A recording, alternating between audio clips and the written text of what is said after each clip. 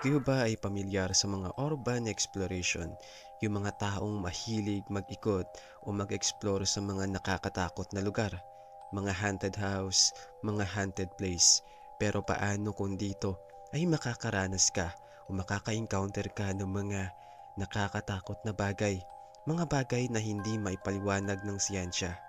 Dito ay ating tutuklasin, aalamin ang iba't ibang klaseng mga exploration ng mga mahilig sa pag-iikot sa mga haunted place at ang kanilang mga creepy encounter na hindi mo aakalain na totoo pala na mangyayari sa kanila.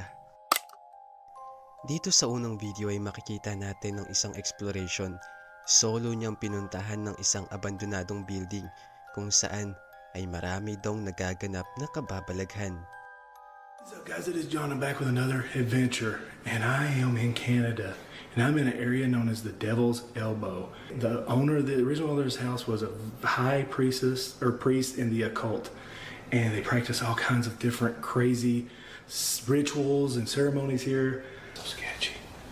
There's just so many rooms.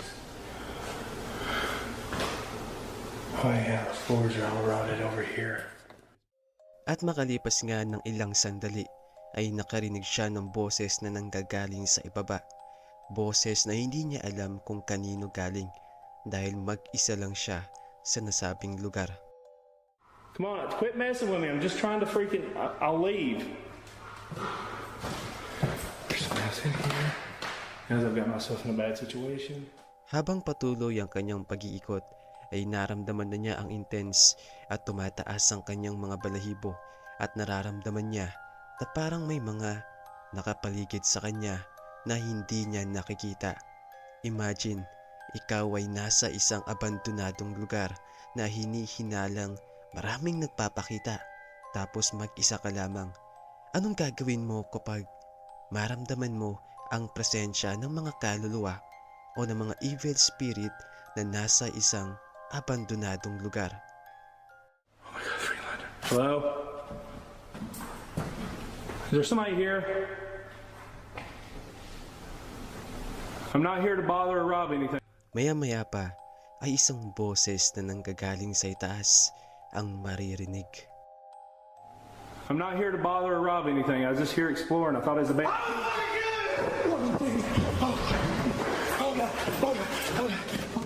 Dahil dito ay nagsimulang magpanik ang nasabing explorer at nagsimulang tumakbo.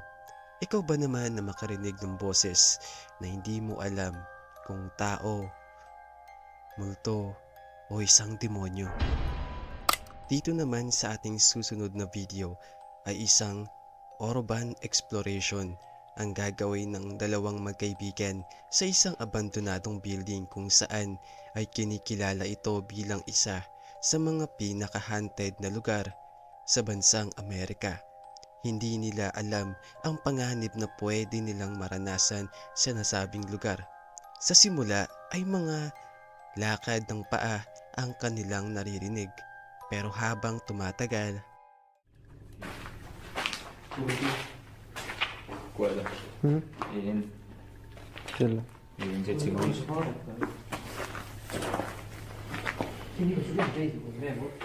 sa kalagitnaan nga ng pag-iikot sa nasabing lugar ay meron silang maririnig na isang boses ng isang matanda.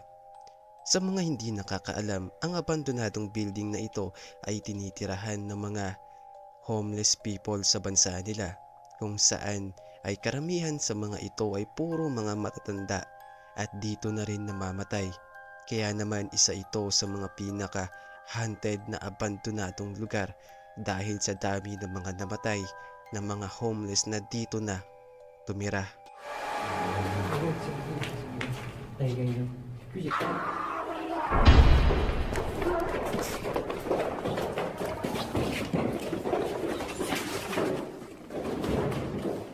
Dahil nga sa boses ng isang matanda na sumigaw na kanilang narinig ay tumakbo silang dalawa palabas. Hinanap nila ang daan palabas ng building dahil na rin sa kaba at takot. Hindi sila nakakatiyak kung ang boses ba na kanilang narinig ay boses lamang ng isang pulube na tumira dito o boses nga ng isang pulube na dating nakatira sa abandonadong building pero matagal nang patay o isa sa mga namatay. At dito naman sa ating sumunod na video ay dalawang magkaibigan ang sinubukang mag-explore sa isang abandonado at haunted asylum. Hindi nila alam kung ano nga ba yung mga pwede nilang ma-encounter sa nasabing lugar sapagkat ito ay isang abandonado at isang haunted na matagal nang usap-usapan na meron daw mga nagpapakita pagpatak ng kadiliman.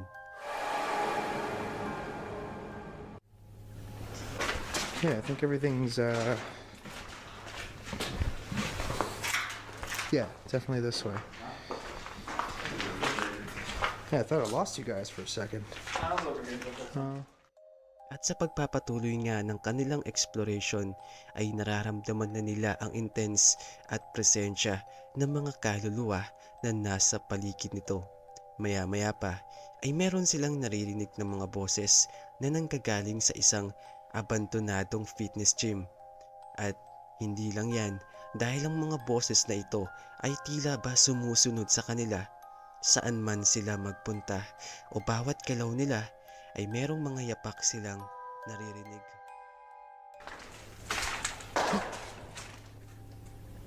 What the hell? Something just like smashed. What the hell? What that? Hello? It's like a person lying there or something.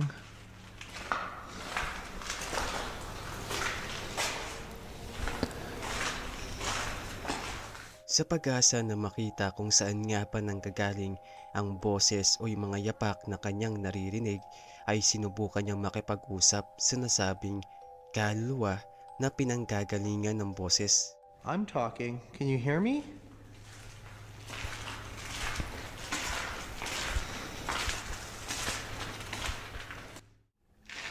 Like a loud, like a banging sound?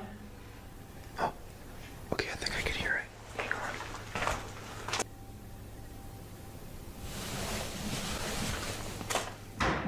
What the?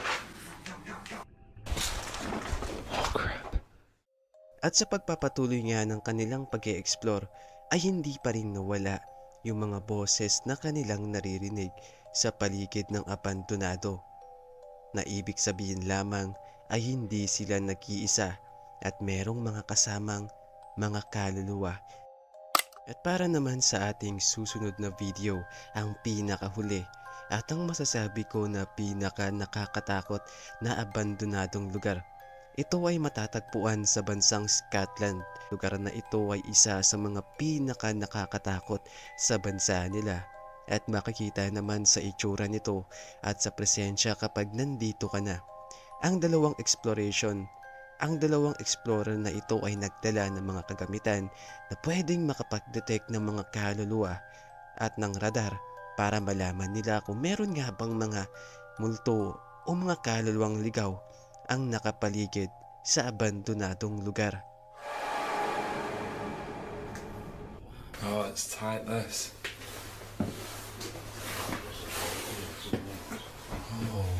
That is fantastic. Can you step away from that for me, please? That is a step. Thank you so much. With. It's a Vanished. creature. It's a creature. Vanished. It's a creature. I wonder if that's what we heard. Come through. Bye. Bye. Bye. Straight to the. That was. Melissa. Straight to the point, That man. was straight to the point. Did you move, Only slightly backwards. Melissa? Do it again. At sa kanilang pakikipag-usap ay meron nga silang boses na narinig. Ang pangalan ay Melissa. Maaring ito ay isa sa mga evil spirit o mga ligaw na kaluluwa na nandito sa abandonadong lugar na ito. Sa pagtatapos ng ating video, tandaan natin na ang mundo ay napabalot ng hiwaga. Hindi lamang tayong mga tao ang nakatira dito. Dapat nating irespeto at dapat nating bigyan ng pansin ang mga kaluluwang ligaw o mga evil spirit na umaaligid o mga nakatira sa mga abandonadong lugar na matagal nang inabando ng mga tao. Muli, ako si Mr. Godlex at ito ang mga paranormal video na ginagawa natin. Huwag kalimutan na mag-like at mag-subscribe.